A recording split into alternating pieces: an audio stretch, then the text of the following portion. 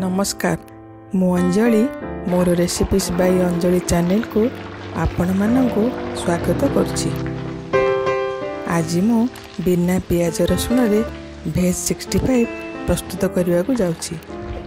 मु भेज 65 पई कैप्सिकम, बीन्स, फूलकोबी, गाजर, पनीर एवं स्वीट कॉर्न नेछि।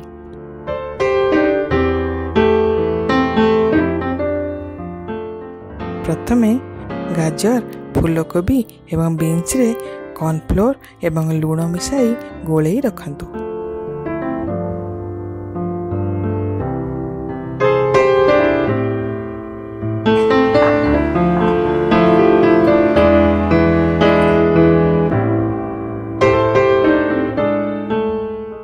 तापरे स्वीट कॉर्न को भी कॉर्नफ्लोर एवं लूण दे गोलांतु। तापरे पनीर को भी कॉर्नफ्लोर एवं लूण मिसाई रखंतु। मो मैदा को अवॉइड करछि। आपण माने जदि मैदा को मिसाइबा को चाहते तेबे कॉर्नफ्लोर सह मैदा मिसाई परिबे।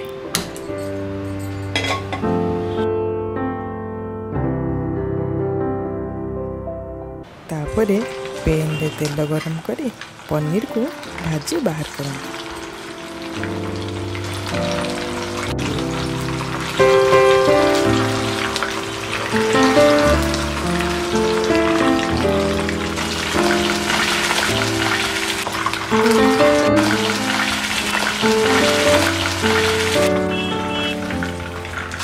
अन्य वेजिटेबल को भी भाजी बाहर करंतु।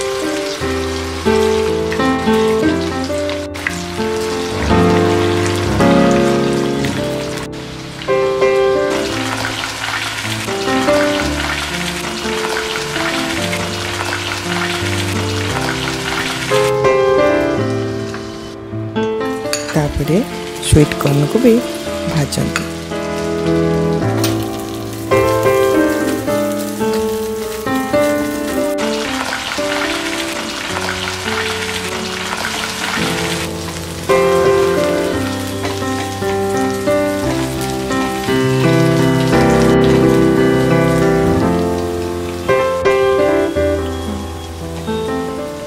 सेही तेल रे कटा अदा, कंचा लंका, कैप्सिकम एवं लूण पकाई भाजंतु।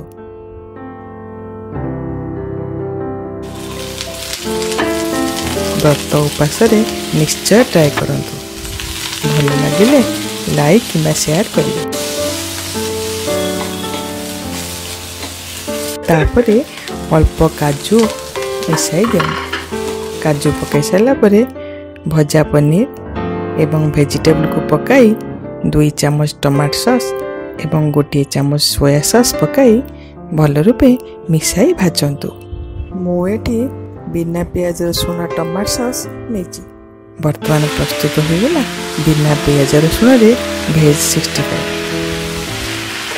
सब्सक्राइब करि नथिले सब्सक्राइब करी मोर चैनल को सपोर्ट करिवे बोली मोर आशा। धन्यवाद।